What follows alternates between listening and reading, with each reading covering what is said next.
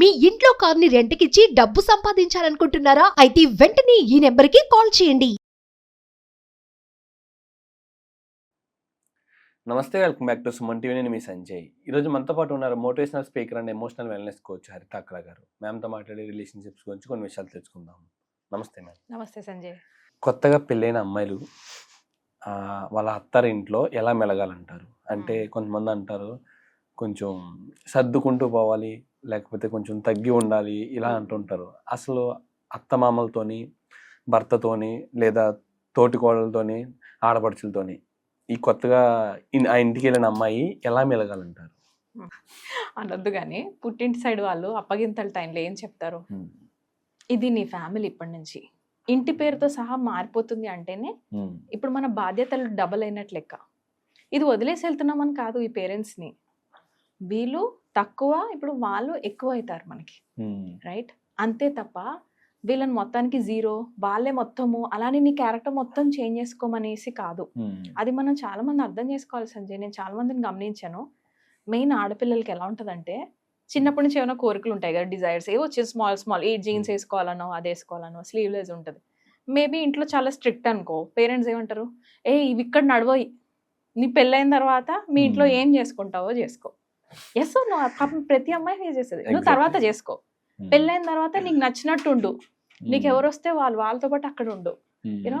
But మనం అలా plan చేసుకొని పెళ్ళైన తర్వాత ఏమంటారు తెలుసా, ఇది ఇక్కడ నడవదు, ఇట్లాంటివి ఇక్కడ నడవయి, ఇలాంటివి ఏమైనా ఉంటే మీరు ఆ ఇంట్లో చూసుకొని ఉండాల్సింది, ఆ అమ్మాయికి అలా ఉండాల్సింది అని అక్కడ చెప్తూ ఉంటారు.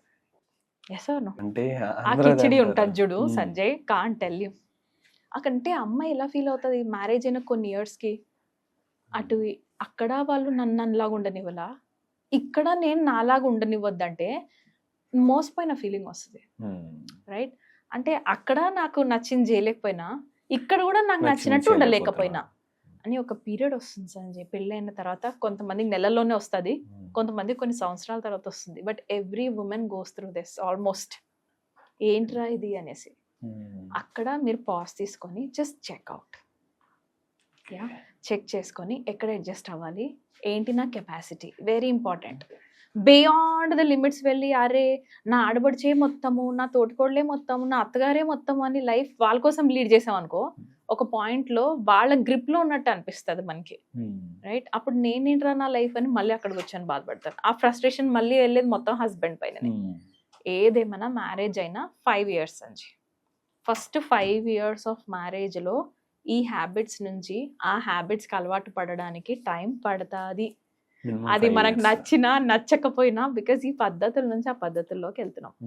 So I want women to practice one thing. అబ్బాయిల్లో కూడా even men have to change. ఒకటి ఏం ప్రాక్టీస్ చేయండి అంటే, లైఫ్లో ఎప్పుడు కూడా 2 people will come, 2 people will go. అంటే మన పరి పర్టికులర్గా 2 అని కాదు నంబర్, బట్ జనరల్ గా లైఫ్ వర్క్స్ లైక్ దాట్.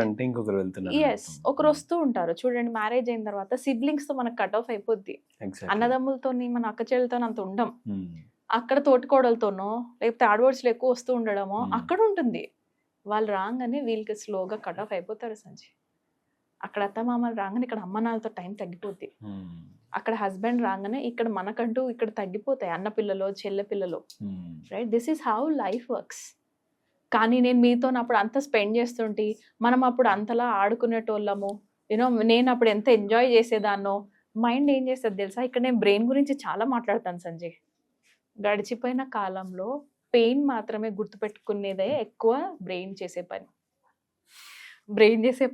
గడిచిపోయిన కాలంలో ఎక్కువ పెయిన్ ఎక్కడుందో, లేకపోతే ఎక్కడ నష్టపోయామో అదే ఎక్కువ గుర్తు చేస్తూ ఉంటుంది. ఎందుకనంటే మళ్ళీ అంత బాధపడొద్దని, మళ్ళీ అది నేను చేయకూడదు. సో అర్థమైందా? మనం ఏదైనా మిస్టేక్స్ చేసాం అనుకో, మిస్టేక్స్ ఎక్కువ గుర్తు తెచ్చుకుంటాం మనం. ఇంకా అలా ఉన్నప్పుడు 5 years లోపల మ్యారేజ్ అయిన 5 years కొంచెం నేనేమంటానంటే as an emotional wellness coach కొంచెం కామ్ డౌన్ అవ్వండి, మోర్ పేషెన్స్, ఓపిక పెంచుకోండి తప్ప డోంట్ లెట్ యువర్ సప్రెస్ చేసేసుకోవద్దు ఎమోషన్స్ని. నేనేమి అలా అని ఇమ్మీడియట్గా ఇలా కోపం వచ్చింది నాన్నని నేను అరిసినట్టు వెళ్ళి మా అమ్మ పైన అరుస్తా అంటే నడవదు సంజయ్. చాలా మంది ఏమనుకుంటున్నారంటే మా ఇంట్లో మా మమ్మీ డాడీ నాకు ఇట్లా చేయకపోయేది, నీ ఇంట్లో అక్కడ నడవలేదు, ఇక్కడ నడవదు, అక్కడ నడిచింది. Here you have to be a different person. Marriage అయిన 5 years టైం పడుతుంది బాబా. తినేంటో వాళ్ళకి అర్థం అవ్వాలన్నా, వాళ్ళేంటో తినకు అర్థం అవ్వాలన్నా 5 years పడుతుంది.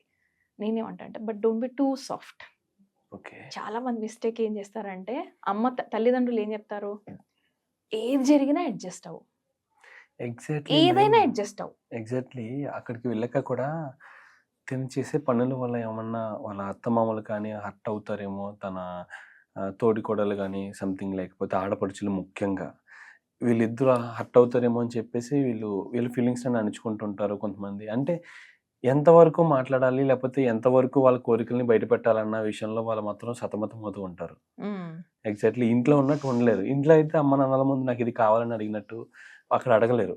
ఇక్కడ ఇచ్చినా ఇవ్వకపోయినా ఇక్కడ ఉన్నంత ఫ్రీడమ్ గా అక్కడ అడగలేరు. ఎగ్జాక్ట్లీ వాళ్ళతో ఎలా ప్యాచ్ అప్ అవ్వాలంటారు, ఎలా కలవాలంటారు తొందరగా? మాకు స్టార్టింగ్ లో మా మేడము 3 no's కి రెడీ ఉండండి అని చెప్తుంది. ఆస్క్ ఆస్క్ ఆస్క్ అనమాట. ఆస్క్ ఆస్క్ ఆస్క్ ఫామ్ లో ఒకటి ఉంటుంది Sanjay. I hope I told you లేదా? ఫస్ట్ నువ్వు ఆస్క్ అడగాలి. మన మనసులో కోరిక ఉందని కూడా పార్ట్నర్ కి కానీ అత్తమాలు కానీ ఎట్లా తెలుస్తుంది?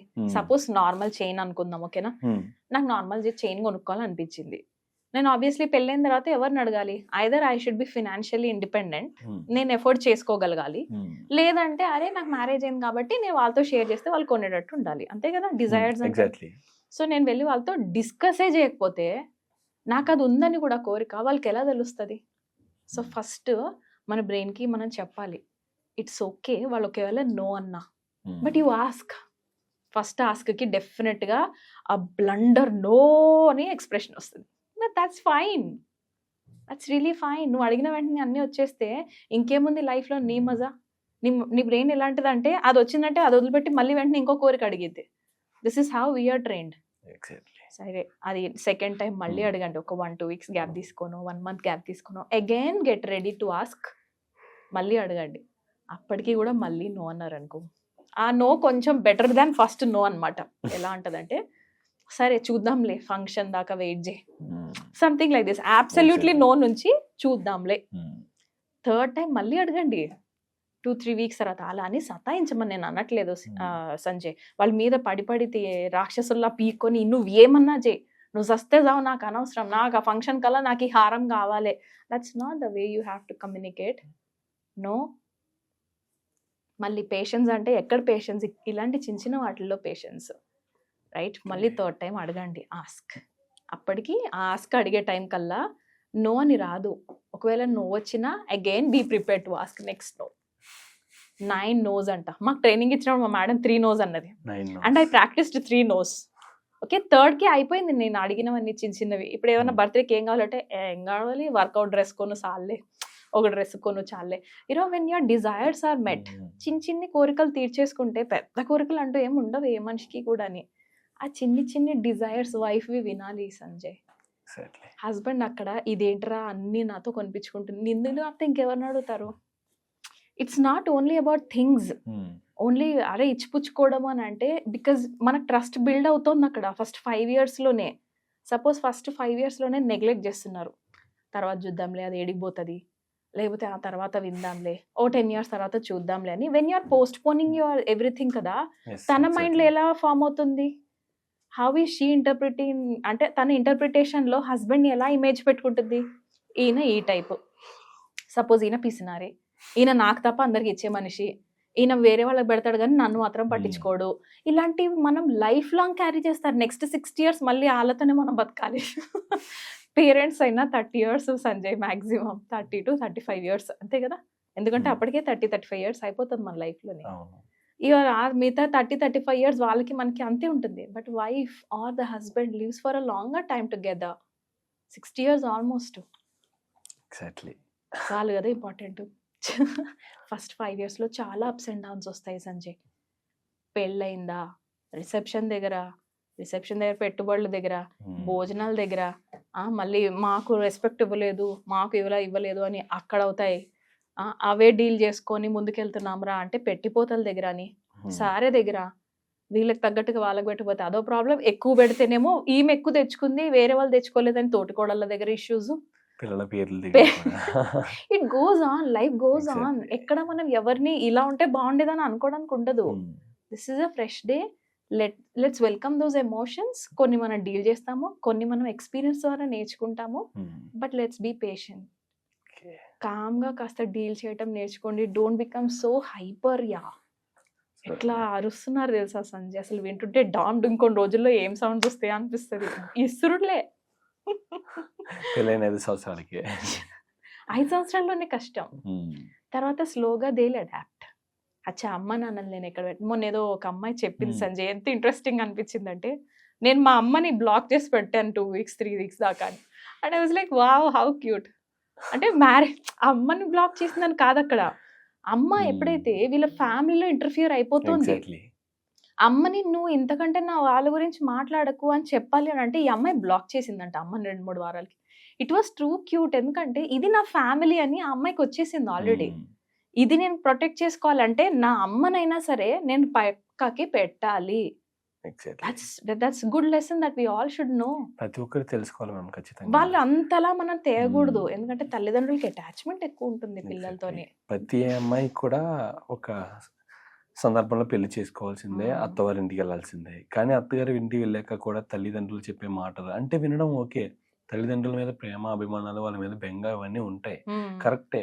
కానీ ఇక్కడ గొడవల్లో వాళ్ళు ఇన్వాల్వ్ అవ్వడం అనేది ఎంతవరకు కరెక్ట్ అంటే, మీరు అన్నట్టుగా చెప్పారు, కొట్టడం అంతకు మించి పెద్ద పెద్ద ఇష్యూస్ అయినప్పుడు వాళ్ళ ఇన్వాల్వ్మెంట్ ఉన్నా అంతవరకు ఓకే. కానీ చిన్న చిన్న విషయాల్లో, తోటికోడల మాటల విషయంలో, అత్తగారి మాటల విషయంలో, వంట తిని భర్త చెప్పిన మాటల విషయంలో బాలేదన్నా బాగుందన్నా, ఇంక ప్రతి చిన్న దానికి అప్రిషియేట్ చేయాలి. ప్రతి చిన్న దానికి తల్లిదండ్రులతో మాట్లాడతారు అమ్మతోటి, ఆవిడ ఇక్కడ చిన్న విషయానికి కూడా గొడవల్లోకి ఇంటర్ఫియర్ అవుతారు. అది ఎగ్జాక్ట్లీ రాంగ్ మ్యామ్. ఖచ్చితంగా తెలుసుకోవాలి ప్రతి ఒక్కరు. Thank you ma'am, thank you very much. Thank you Sanjay.